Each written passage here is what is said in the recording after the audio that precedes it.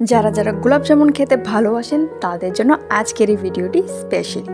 তাহলে আজকে আমরা বানাতে এসেছি গোলাপ জামুন। সহজভাবে কীভাবে ঘরে গোলাপ জামুন বানানো যায় তো এটাই বল দিব আজকে। তো পুরো ভিডিওটি দেখতে থাকুন। আসসালামু আলাইকুম সবাইকে, আশা করছি সবাই অনেক ভালো আছেন। এখন আমি গোলাপ জামুন বানানোর জন্য এখানে ব্রেড নিয়েছি। আপনারা যে কোনো ব্রেড কিনে দোকান থেকে নিয়ে আসতে পারেন। নিয়ে এসে এখন এর যে চারকোনা এগুলো আমরা কেটে ফেলে দিব। ফেলে মাঝখানে যে নরম অংশটা থাকে ওইটা নেব আমরা, নিয়ে ভালো করে এইভাবে ছিঁড়ে নিব। আপনারা চাইলে এটাকে গ্রাইন্ডারেও গ্রাইন্ড করতে পারেন, তো এইভাবে হাত দিয়ে করলেও সহজ হয়ে যায়।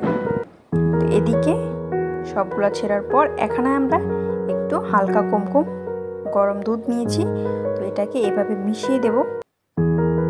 এইভাবে একবারে আমরা হাতের সাহায্যে এটাকে একটা সফট একটা ডো বানিয়ে নিব।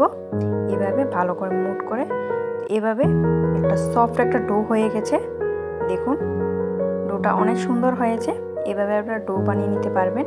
ডোটা একটু নরম থাকবে, তো একটু তেল লাগিয়ে হাতের মধ্যে আপনারা একটা যেভাবে মিষ্টির গোলা হবে ওইভাবে বানিয়ে নেবেন।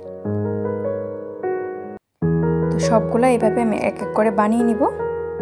তো বানিয়ে এখন আমরা একটা কড়াইয়ের মধ্যে সাদা তেল দিয়ে সাদা তেলটাকে ভালো করে গরম করে এদিকে আমরা এখানে শিরাটাও রেডি করে নিচ্ছি, একসাথে দিয়ে দিব। শিরার জন্য একটু 1 গ্লাস পানি দিয়ে এর মধ্যে 2 কাপ পরিমাণ চিনি নিয়ে এর মধ্যে এখানে ভেঙে 2টা এলাচ দিয়ে দিব। এখন এদিকে আমরা মিষ্টি ভেজে নিব। তেলটা গরম হয়ে গেছে, সবগুলোকে আমরা দিয়ে দিব। তো এই মিষ্টিগুলোকে এইভাবে গুলাগুলো সবগুলা দিয়ে এদিকে শিরাটাও রেডি হয়ে গেছে। এটাকে একটু ঠান্ডা হতে দেব। এটাকে ঢেলে নিচ্ছি ঠান্ডা হওয়ার জন্য। তো এদিকে আমাদের মিষ্টিগুলো পুরোপুরি ভাজা হয়ে গেছে। এখন মিষ্টিগুলোকে আমরা এইভাবে দিয়ে দিব। দিয়ে এখন আপনারা এটার মধ্যে মালাইও দিতে পারেন। দেখুন মিষ্টিগুলো অনেক সুস্বাদু দেখা যাচ্ছে। এইভাবে সহজ একদম উপায়ে আপনারা ঘরেই বানিয়ে নিতে পারবেন।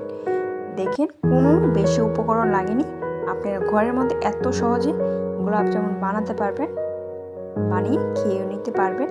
আপনারা দুধটা দিলে এটাকে পুরো মালাইয়ের মতন দেখা যাবে, খেতে অনেক সুস্বাদু লাগবে। তো মিষ্টিটা দেখুন ভিতর থেকে অনেক সফট হয়েছে আর দেখতে অনেক ভালো লাগছে। তো আজকে এই পর্যন্ত। আমাদের এই ভিডিওটি ভালো লাগলে প্লিজ লাইক কমেন্ট শেয়ার করবেন, সাবস্ক্রাইবও করে দিবেন। Thank you for watching.